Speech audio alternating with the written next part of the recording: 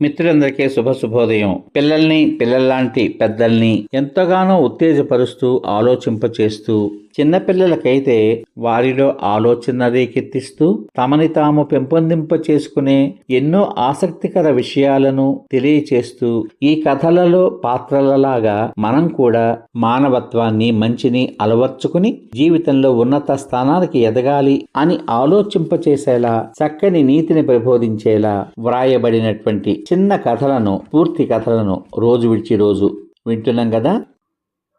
అందులో భాగంగా ఈరోజు మనం శ్రీ కందర్పమూర్తి తాతయ్య గారు రచించిన సరస్వతీపుత్రుడు అనేటువంటి చిన్న కథల సంపుటి నుంచి 24వ కథగా కల నిజమాయగా అనే కథ విందాం. అబ్బో, ఎవరో కలగన్నారట, ఆ కల కాస్త నిజమైపోయిందట. కలలు నిజమైపోతాయా? ఏమో, మనకు వచ్చిన కలను బట్టి మనం ఎంతో కష్టపడి ఆ కలలోని ఫలితాన్ని సాధించగలిగితే కల నిజమవుతుంది కదా. మరి ఆ కథ ఏమిటో విందాం. మణమ్మ, బేగ తెములు తల్లి, నాకు సవారికి సమయమైనది. ఆలస్యమైతే గిరాకీలు పోతాయి. ఆఫీస్ టైంకు దాటితే రెచ్చ ఎవరు ఎక్కరు. నిన్ను స్కూల్ కాడ దింపి నేను ముందుకు పోతా. కూతురు నాగమణిని తొందర చేస్తున్నాడు రిక్షా రంగయ్య. అయిపోయింది బాబు, కాళ్లకు జోళ్ళు తొడుగుతున్నా అంది నాగమణి. ప్రభుత్వ పాఠశాలలో 10వ తరగతి చదువుతోంది రిక్షా రంగయ్య కూతురు నాగమణి. కార్మిక కుటుంబంలో పుట్టిన చిన్నతనం నుంచి కూడా నాగమణికి చదువంటే శ్రద్ధ ఎక్కువ, తెలివైన పిల్ల.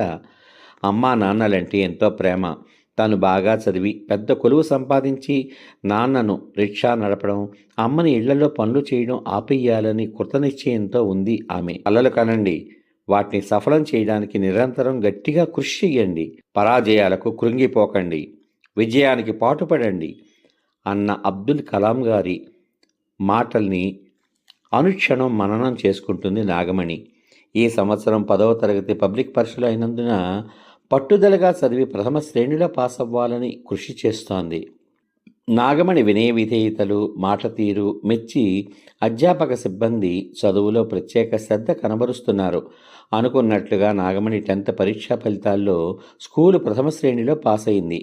నాగమణి కాలేజీ చదువులకు వెళ్తానంటే తనకి అంత ఆర్థిక స్తోమత లేదని ఏదైనా కొలువు చూసుకోమని చెప్పాడు రంగయ్య. తండ్రి మాటలకు నాగమణి ఖిన్నురాలైంది. ఏదైనా కొలువు చేసైనా సరే డిగ్రీ చదవాలి అని అనుకుంది. తల్లి రాములమ్మ కూతురు బాధ చూసి ఏమీ చేయడానికి తోచడం లేదు. మాటల సందర్భంలో తను పనిచేసే రిటైర్డ్ హెడ్ మాస్టర్ భీమశంకరం గారికి తన కూతురు యొక్క మనోవాంఛ చెప్పింది.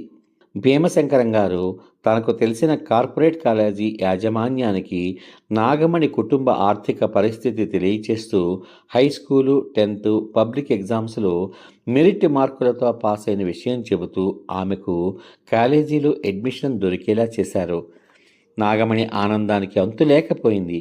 స్వతహాగా చదువులో తెలివైన, చురుకైన విద్యార్థి కావడంతో చదువుతో పాటు స్పోర్ట్స్, కల్చరల్ ప్రోగ్రామ్స్లో తన ప్రతిభ కనబరుస్తూ కాలేజీ మేనేజ్మెంట్ మెప్పు సంపాదిస్తోంది. ఆటల్లో పతకాలు, ఇతర ఈవెంట్స్లో కూడా వారి కాలేజీ టాప్లో ఉంటూ పేరు సంపాదిస్తోంది.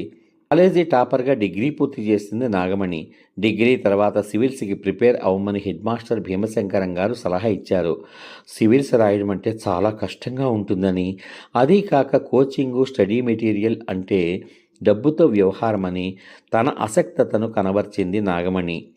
అదృష్టం కలిసొస్తే అన్నీ వాటంతటా అవే సమకూరుతాయి. అలాగే జరిగింది నాగమణి విషయంలో కూడా.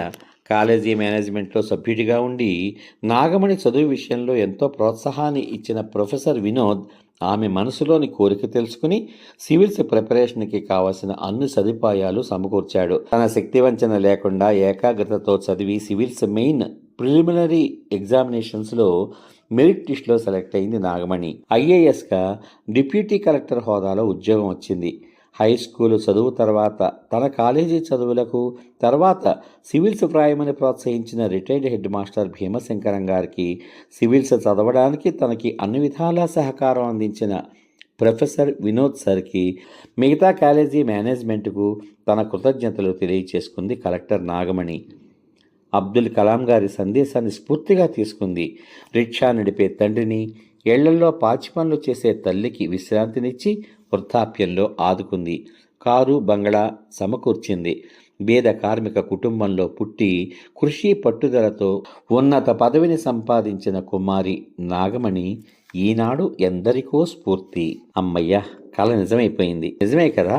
పాపం చదువుకోవాలన్న ఆశ అభిరుచి ఉండి కూడా ఈనాడు ఇలా పేద కుటుంబాలలో తాము చిన్నతనంలో కన్న కలలు నిజం చేసుకోలేక ఎంతో మంది అవస్థపడుతున్నారు. అటువంటి వాళ్ళ యొక్క అభిరుచిని, చదువు పట్ల వాళ్ళకున్న ఆసక్తిని, చదువుకోలేని వాళ్ళ అసక్తతని వీటన్నిటినీ తెలుసుకుని మంచి మనసు గల పెద్దలు అటువంటి వారికి సాయపడితే ఎవరి కలలు నిజం కావు చెప్పండి.